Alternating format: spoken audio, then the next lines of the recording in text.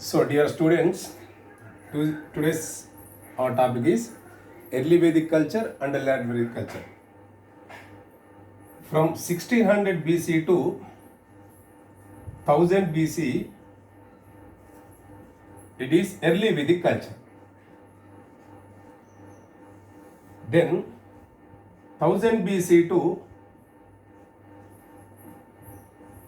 600 BC, it is later Vedic culture. So దీన్నే మనం తెలుగులో తొలివేద కాలం మలివేద కాలం అని పిలుస్తాం, లేదా ఋగ్వేద కాలం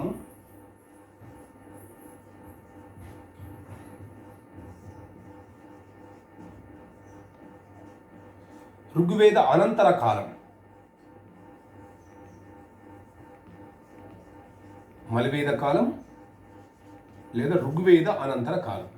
సో నిన్నటి క్లాసులో మనం గమనించాం. దీనికంటే ముందు క్లాసులో ఆర్యులు భారతదేశానికి వచ్చిన తర్వాత వారు తొలుత స్థిరపడినటువంటి ప్రాంతం ఏమనుకున్నాం మనం? సప్తసింధు. సప్తసింధు అంటే ఏమనుకున్నాం? సింధు నది, దాని 5 ఉపనదులు రావి, జీలం, చీనా, బియస్, సట్లెజ్తో పాటు సరస్వతి నది. సో సింధు నది, దాని 5 ఉపనదులు, సరస్వతి నది, ఈ 7 నదుల పారివాహక ప్రదేశంలో ఈ ప్రవేశించినటువంటి ప్రాంతాన్ని సప్తసింధు అంటాం. అలాగే లాటర్ వేదిక్ కల్చర్కి వచ్చేసరికి ఆర్యులు విస్తరించి స్థిరపడినటువంటి ప్రాంతం గంగా యమున. సో అట్లా 1000 BC అనంతరం, after 1000 BC, Aryans were migrated from west to east, పశ్చిమం నుంచి తూర్పు వైపుకు విస్తరించడం జరిగింది. సో అట్లా తొలివేద కాలం నుంచి మలివేద కాలానికి వచ్చేసరికి అంటే 1000 BC తర్వాత ఆర్యుల యొక్క రాజకీయ రంగంలో వచ్చినటువంటి మార్పులు, సామాజికంగా వచ్చినటువంటి మార్పులు, ఆర్థికంగా వచ్చినటువంటి మార్పులు, మతపరంగా వచ్చినటువంటి మార్పులు ఏమిటో చూద్దాం. సో ముందుగా తొలివేద కాలంలో ఆర్యుల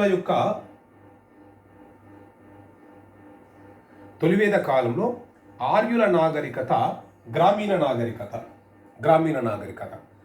అదే మలివేద కాలానికి వచ్చేసరికి వీరిది పట్టణ నాగరికత. So in early Vedic culture it is rural civilisation, in later Vedic culture it is urban civilisation. So ఎందుకంటే ఆర్యులు భారతదేశానికి రాకంటే ముందు కూడా వారు వేట, సంచారం మొదలగు లక్షణాలు కలిగిన జీవనాన్ని కొనసాగించారు. కాబట్టి భారతదేశానికి వచ్చిన తర్వాత కూడా వాళ్ళు అదే రకమైనటువంటి జీవన పద్ధతులను కొనసాగించారు. కాబట్టి దాన్ని మనం రూరల్ సివిలైజేషన్గా పిలుస్తాం. ఆ తర్వాత 1000 BC తర్వాత ఆర్యులు ఎప్పుడైతే గంగా యమునకు వ్యాపించారో దాన్ని ఏమన్నాం మనం? అర్బన్ సివిలైజేషన్, పట్టణ నాగరికత. Right. So this is major change from early Vedic to later Vedic. In early Vedic it is rural civilisation, in later Vedic it is urban civilisation. అంటే మలివేదానికి వచ్చిన తర్వాత when they shifted and settled from west to east in east near Ganga Yamuna river area, they adopted the main occupation as cultivation. అంటే మలివేదానికి వచ్చిన తర్వాత వాళ్ళు దేని ప్రధాన వృత్తిగా చేసుకోవడం జరిగిందంటే వ్యవసాయం. కాబట్టి వ్యవసాయం ప్రధాన వృత్తిగా చేసుకున్నారు. కాబట్టి వ్యవసాయం ప్రధాన వృత్తిగా చేసుకోవడం, వ్యవసాయం అభివృద్ధి చెందడం అంటే gradually that leads to the urban civilisation. అలాగే ఇక్కడ మనం చూసినట్లయితే తొలివేద కాలంలో ఆర్యులు గ్రామీణ నాగరికతను కొనసాగించారు. తొలివేద కాలంలో రాజుని రాజన్ అని పిలిచేవారు. తొలివేద కాలంలో ఈ రాజన్ యొక్క ప్రధానమైనటువంటి విధి, the main function of the king in early Vedic culture is the protect the people, ప్రజల్ని సంరక్షించడం. For that duty the people in early Vedic culture or voluntarily pay the tax to the king, that is బలి. So తొలివేద కాలంలో ప్రజలు రాజుకు స్వచ్ఛందంగా చెల్లించినటువంటి పన్ను. It's a voluntary tax, not mandatory tax. It's a voluntary tax. So తొలివేద కాలంలో రాజు తమల్ని రక్షించినందుకు గాను ప్రజలు స్వచ్ఛందంగా చెల్లించినటువంటి పన్నుని ఏమంటామంటే బలి అంటాం. అంతేకాకుండా తొలివేద కాలంలో రాజుకు సహకరించేటువంటి ఇద్దరు ఉద్యోగులు ఉండేవారు. వారు సేనాని, పురోహితుడు. సేనాని, పురోహితుడు అనేటువంటి వారు తొలివేద కాలంలో రాజుకు బాగా సహకరించినటువంటి ఉద్యోగులు. అలాగే తొలివేద కాలంలో 2 ప్రజాసభలు ఉండేవి, ప్రధానంగా సభ, సమితి. సభ, సమితి. అట్లాగే ఈ రెండే కాకుండా ఇంకా 2 ప్రజా సంస్థలు ఉండేవి, విధాత, గణ. సభ, సమితి, విధాత, గణ. సో ఇట్లా తొలివేద కాలంలో రాజునేమన్నాం రాజన్. తొలివేద కాలంలో ప్రజలు రాజుకు స్వచ్ఛందంగా చెల్లించినటువంటి పన్నుని ఏమంటామంటే బలి. తొలివేద కాలంలో రాజుకు సహకరించినటువంటి ఉద్యోగులు సేనాని, పురోహితుడు. సో ఇదే లాటర్ వేదిక్ కల్చర్కి వచ్చేసరికి ఏమైందో గమనిద్దాం. ఇప్పుడు మనం చూసాం, లాటర్ వేదిక్ కల్చర్కి వచ్చేసరికి ఆర్యులు గ్రామీణ నాగరికత నుంచి పట్టణ నాగరికతకు చేరువయ్యారు. అలాగే తొలివేద కాలంలో రాజు అనేటువంటి వాడు ప్రజల్ని రక్షించేవాడు. మలివేదానికి వచ్చేసరికి రాజు మరింత బలవంతుడయ్యాడు. మలివేద కాలంలో రాజుకు సహకరించేటువంటి ఉద్యోగులు భాగదశు, సంగ్రహిత,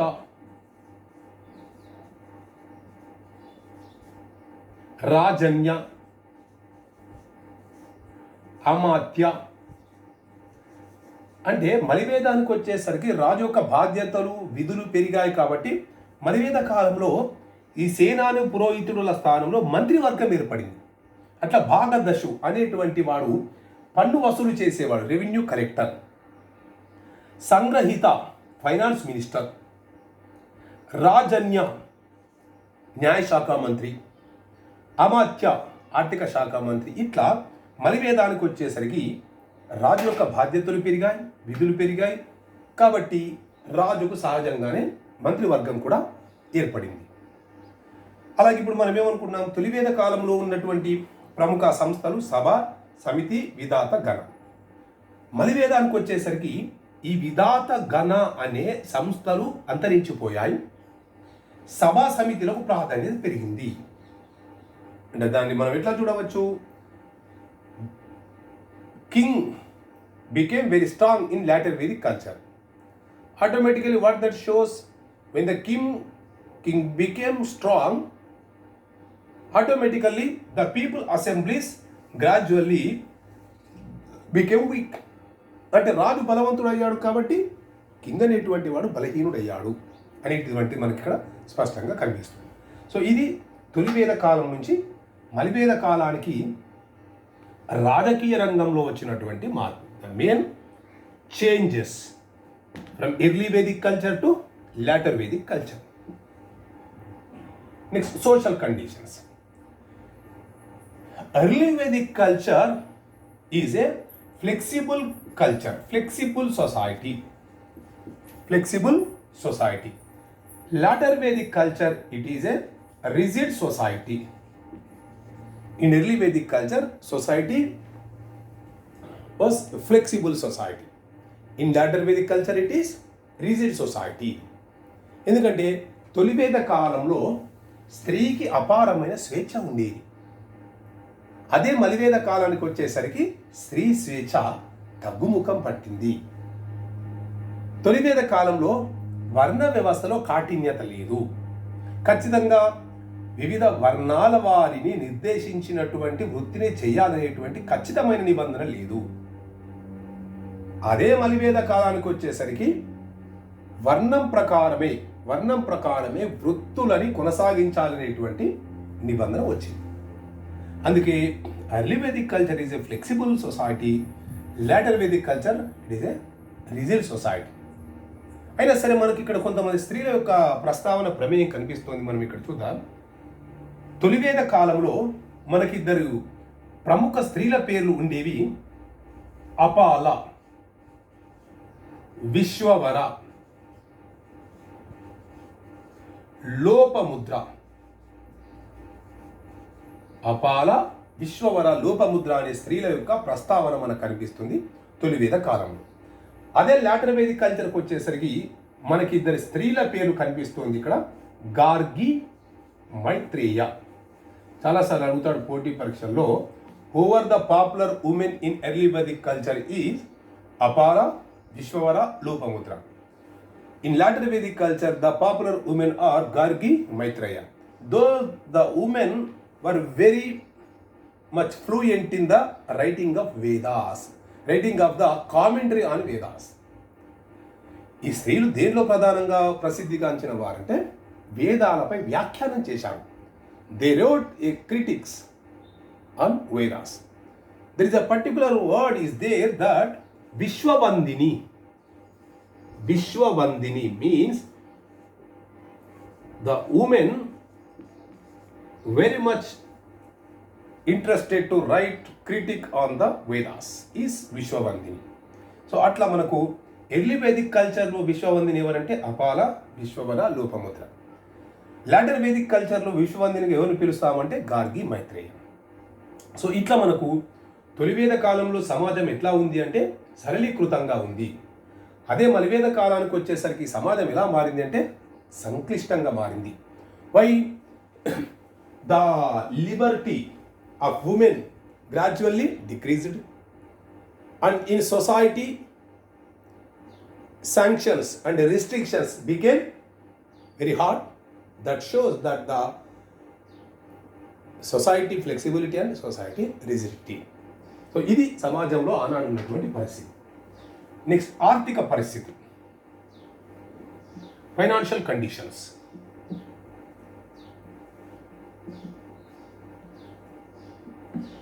In early Vedic culture, the main occupation of the people is cattle sheep. తొలివేద కాలంలో ప్రజల ముఖ్య వృత్తి వ్యవసాయం, పశుపోషణ. అదే లాటర్ వేదిక్ కల్చర్ సరికి the main occupation in later Vedic culture is agriculture. So this is very important. తొలివేద కాలంలో ప్రజల ముఖ్య వృత్తి వ్యవసాయం. అదే మలివేద కాలానికి వచ్చేసరికి ప్రజల ముఖ్య వృత్తి తొలివేద కాలంలో పశుపోషణకు బదులుగా మలివేద కాలానికి వచ్చేసరికి వ్యవసాయాన్ని ప్రధాన వృత్తిగా చేసుకోవడం జరిగింది. ఇది చాలా కీలకమైన మార్పు. ఎందుకంటే మనం ఇదివరకే చూసాం, the main living area in early Vedic culture is Ganga, Sapta Sindhu. In later Vedic culture that is the area is Ganga, Yamuna. Here the very important change from there to here that Sapta Sindhu, the region which was already in ancient living days of Indus people. And also there is a one reason for that, the declining of the Indus Valley civilization is 1000 years of Indus people cultivation was done there only. Gradually the soil, the fertile of the soil is become very loose, weak. But this is the area, Ganga Yamuna area, that is very fertile land. Up to that time there is no cultivation on that area. And also in previous class we have already discussed the very popular, very much knowing metal of Aryans is iron. In later Vedic culture, when they adopted the main occupation as agriculture, they introduced the iron metal into the agriculture sector. This is very drastic, important change. ఆర్యులు వారికి బాగా పరిచయం ఉన్న లోహం ఇది ఇనుము.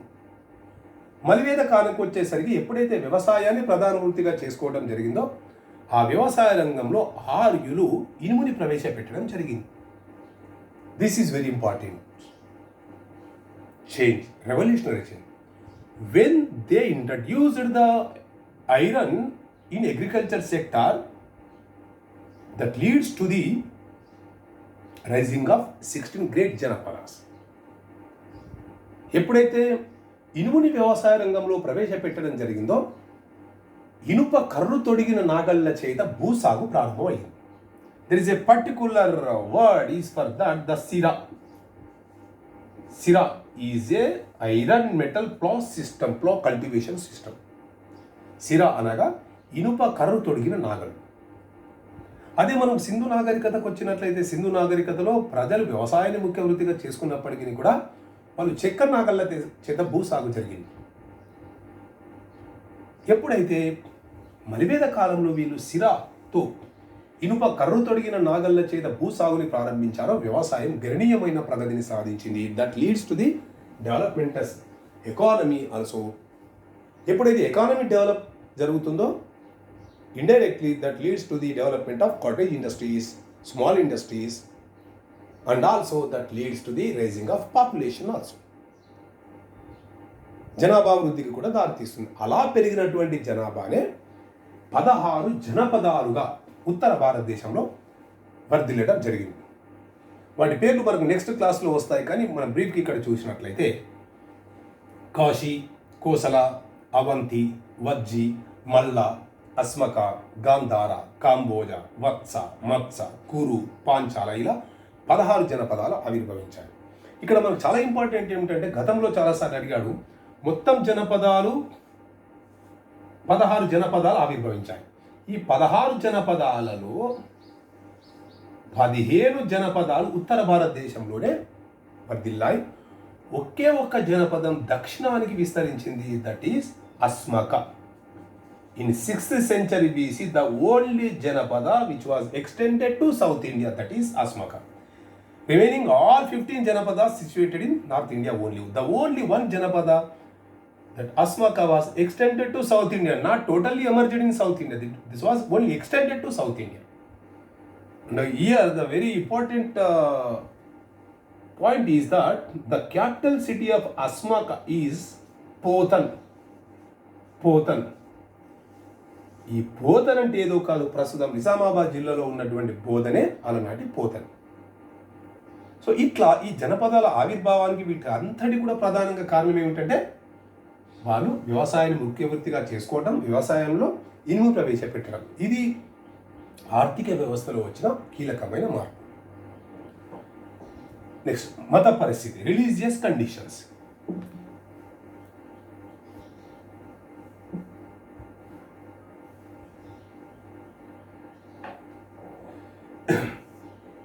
In early Vedic culture, the main worshipping gods of people are nature forces. తొలివేద కాలంలో ప్రజలు ప్రధానంగా ఆరాధించిన దైవాలన్నీ కూడా ప్రకృతి శక్తులు. అదే మలివేదానికి వచ్చేసరికి ఐడల్ వర్షిప్, విగ్రహారాధన ప్రారంభమైంది. సో తొలివేద కాలంలో ఆర్యుల ప్రధానమైనటువంటి దైవాలన్నీ ప్రకృతి శక్తులు. అదే మలివేదానికి వచ్చేసరికి ఆర్యులు విగ్రహారాధన అమల్లోకి తీసుకురావటం జరిగింది. అట్లా తొలివేద కాలంలో వీరు ఆరాధించినటువంటి దైవాలన్నీ కూడా ప్రధానంగా ఇంద్రుడు, ఇంద్ర, అగ్ని, వరుణుడు, ఉషస్సు మొదలగునవి తొలివేద కాలం నాటి ప్రధానమైనటువంటి దైవాలు. ఇంద్రుడు, అగ్ని, వరుణుడు, ఉషస్సు. దీంట్లో the very important God is Indra. So many times that question was asked in competitive examinations and academic examinations also. The main god in early Vedic culture is Indra. In later Vedic culture, when the Aryans adopted the idol worship, Trimurti Aradhana became very popular. Trimurti Aradhana, that are Brahma, Vishnu, Maheshwara. So తొలివేద కాలంలో ప్రకృతి శక్తుల ఆరాధన ప్రధానంగా ఉండేది. మలివేదానికి వచ్చేసరికి విగ్రహారాధన అమలులోకి వచ్చింది. ఇది చాలా కీలకమైన మార్పు. ఎప్పుడైతే మలివేదానికి వచ్చేసరికి విగ్రహారాధన అమల్లోకి వచ్చిందో, విగ్రహారాధన అమల్లోకి రావడమే కాకుండా యజ్ఞాలు, యాగాలు, క్రతువులు పెరిగిపోయాయి. మనం వేదిక లిటరేచర్ దగ్గర కూడా చూసాం. తొలివేద కాలాన్ని మనం ఇంకో పేరుతో ఏమన్నాం, ఋగ్వేద కాలం. Especially Rigveda deals with the nature forces, worshipping of nature forces. And they the Yajurveda deals with the worshipping of rituals. దీన్ని బట్టి మనం గమనించవచ్చు, తొలివేద కాలంలో ఋగ్వేద కాలంలో ఆర్యులు ప్రకృతి శక్తుల్ని ఆరాధించేవారు కాబట్టి ఋగ్వేదం ప్రధానంగా ప్రకృతి శక్తుల ఆరాధన గురించి వివరించింది. అదే మలివేద కాలం ప్రధానంగా వీటి గురించి బ్రహ్మ విష్ణు మహేశ్వర అంటే యజ్ఞాలు యాగాలు క్రతువులు ఆడంబరాల గురించి వివరించడం జరిగింది. రైట్. అంటే ఇక్కడ ఆనాటి ప్రజల ఆధ్యాత్మిక విశ్వాసాలు ఏ రకంగా ఉండేవో అదే ఇక్కడ మనకు కనిపిస్తుంది. అంతేకాదు బ్రాహ్మణ ఆధిక్యత పెరిగిపోయింది, బ్రాహ్మణికల్ సుప్రమసీ. అలాగే జంతు బలి యానిమల్ సాక్రిఫికేషన్. సో యజ్ఞాలు యాగాలు క్రతువులు ఆడంబరాలు పెరిగిపోయాయి, జంతు బలి పెరిగింది, బ్రాహ్మణ ఆధిక్యత పెరిగింది. చివరికి అది దేనికి దారితీసిందంటే పవిత్రమైనటువంటి ఆత్మ నిర్మలమైన మనస్తత్వంతో కాకుండా మోక్షం భక్తి లభించాలంటే యజ్ఞం యాగం క్రతువు పండగ పూజ చేస్తేనే లభిస్తుంది అనేటువంటి ఒక సంకుచిత ఆధ్యాత్మిక వ్యవస్థ నెలకొంది. అంటే ఇక్కడ మనం in religious pattern when we compare from early Vedic and later Vedic, in early Vedic culture in religion pattern also very flexible. When it became to in later Vedic culture, that is rigid. అంటే ఇక్కడ రాజకీయంగా సామాజికంగా మతపరంగా తొలివేదంతో మనం పోల్చినట్లయితే మలివేద కాలం అనేది మనకు సంక్లిష్టంగా కనిపిస్తోంది. ఎందుకంటే తొలివేద కాలంలో స్త్రీకి స్వేచ్ఛ ఉంది, మలివేదానికి వచ్చేసరికి అది తగ్గుముఖం పట్టింది. తొలివేద కాలంలో వర్ణ వ్యవస్థ లేదు, తొలివేద కాలంలో వర్ణ వ్యవస్థ కఠినంగా లేదు, అదే మలివేదానికి వచ్చేసరికి వర్ణ వ్యవస్థ కఠినతరమైంది. తొలివేద కాలంలో ప్రకృతి శక్తులని ఆరాధించేవారు ఇతమిద్దమైన ఖచ్చితమైన ఇదే పద్ధతిలో భగవత్ ఆరాధన చేయాలని నిబంధన లేదు. అదే మలివేదానికి వచ్చేసరికి నిష్ఠ నియమం ఆచారం ఆంక్ష పద్ధతి అనేటువంటి పదాలు పుట్టుకొచ్చాయి. మలివేదానికి వచ్చేసరికి ఆధ్యాత్మిక వ్యవస్థ వ్యయభరితమైపోయింది. It became very expensive. అంటే పవిత్రత కంటే కూడా ఆడంబరాలు రిచువల్స్ ఎక్స్పెన్సివ్ ఇవి ఒక ఆధ్యాత్మిక వ్యవస్థని ప్రశ్నార్థకం చేశాయి. అందుకే బీసీ 6వ శతాబ్దానికి వచ్చేసరికి బీసీ 6వ శతాబ్దంలో ఈ మలివేద కాలపు తప్పుడు ఆధ్యాత్మిక వ్యవస్థ పైన అంటే religious institutions became very expensive unhealthy. అంటే మలివేద కాలానికి వచ్చేసరికి ఆధ్యాత్మిక వ్యవస్థ అంతా కూడా అస్తవ్యస్తం అయిపోయింది. ఈ అస్తవ్యస్తమైన ఆధ్యాత్మిక వ్యవస్థ పైన తిరుగుబాటుగా బీసీ 6వ శతాబ్దంలో 62 కొత్త మతోద్యమాలు విజృంభించాయి, పుట్టుకొచ్చాయి. 62 new religions were emerged in 6th century BC against the Vedic religion. Among that 62, the popular religions were Buddhism and Jainism. 62 కొత్త మతోద్యమాలు వచ్చాయి బీసీ 6వ శతాబ్దంలో. ఎందుకు కొత్త మతోద్యమాలు వచ్చాయి అంటే దానికి కారణం ఆ తప్పుడు ఆధ్యాత్మిక వ్యవస్థే. 62 మతోద్యమాలలో ఆధ్యాత్మిక వ్యవస్థలో ప్రధానంగా రాజుల చేత ప్రజల చేత ఆరాధించబడినటువంటి ప్రజా బాహుల్యంలోకి వచ్చినటువంటి మతాలు బుద్ధిజం జైనిజం. అంటే ఇక్కడ బీసీ 6వ శతాబ్దంలో బౌద్ధ జైన మతాలు ఆవిర్భవించడం వీటన్నిటికి ప్రధానంగా కారణం ఏమిటి అంటే మలివేద కాలంలో వచ్చినటువంటి తప్పుడు విధానాలే. Ultimately the sanctions in latter Vedic culture directly or indirectly cause for the emerging of new religions. అంటే బీసీ 6వ శతాబ్దంలో కేవలం బౌద్ధ జైన మతాలే కాదు 62 కొత్త మతోద్యమాలు వచ్చాయి. చార్వాక, మాగంధిక, మాగంధిక, పరివ్రాజక ఇలా. అందులో ప్రజల చేత రాజుల చేత ఆరాధించబడి ప్రజల చేత కొలవబడి ప్రజాబాహుల్యంలోకి వచ్చి స్థిరపడి భారతదేశ చరిత్రని గణనీయంగా మార్చినవి ఈ ఉద్యమాలు. సో ఇక్కడ మనకు ఒక అంశాన్ని మనం స్పష్టంగా చూడవచ్చు. In 6th century BC, there was two new main incidents were happened in history of India. One is political incidents. Second one is religious incident. Political incident is rising of 16 great Janapadas. Religious incident is 62 new religions.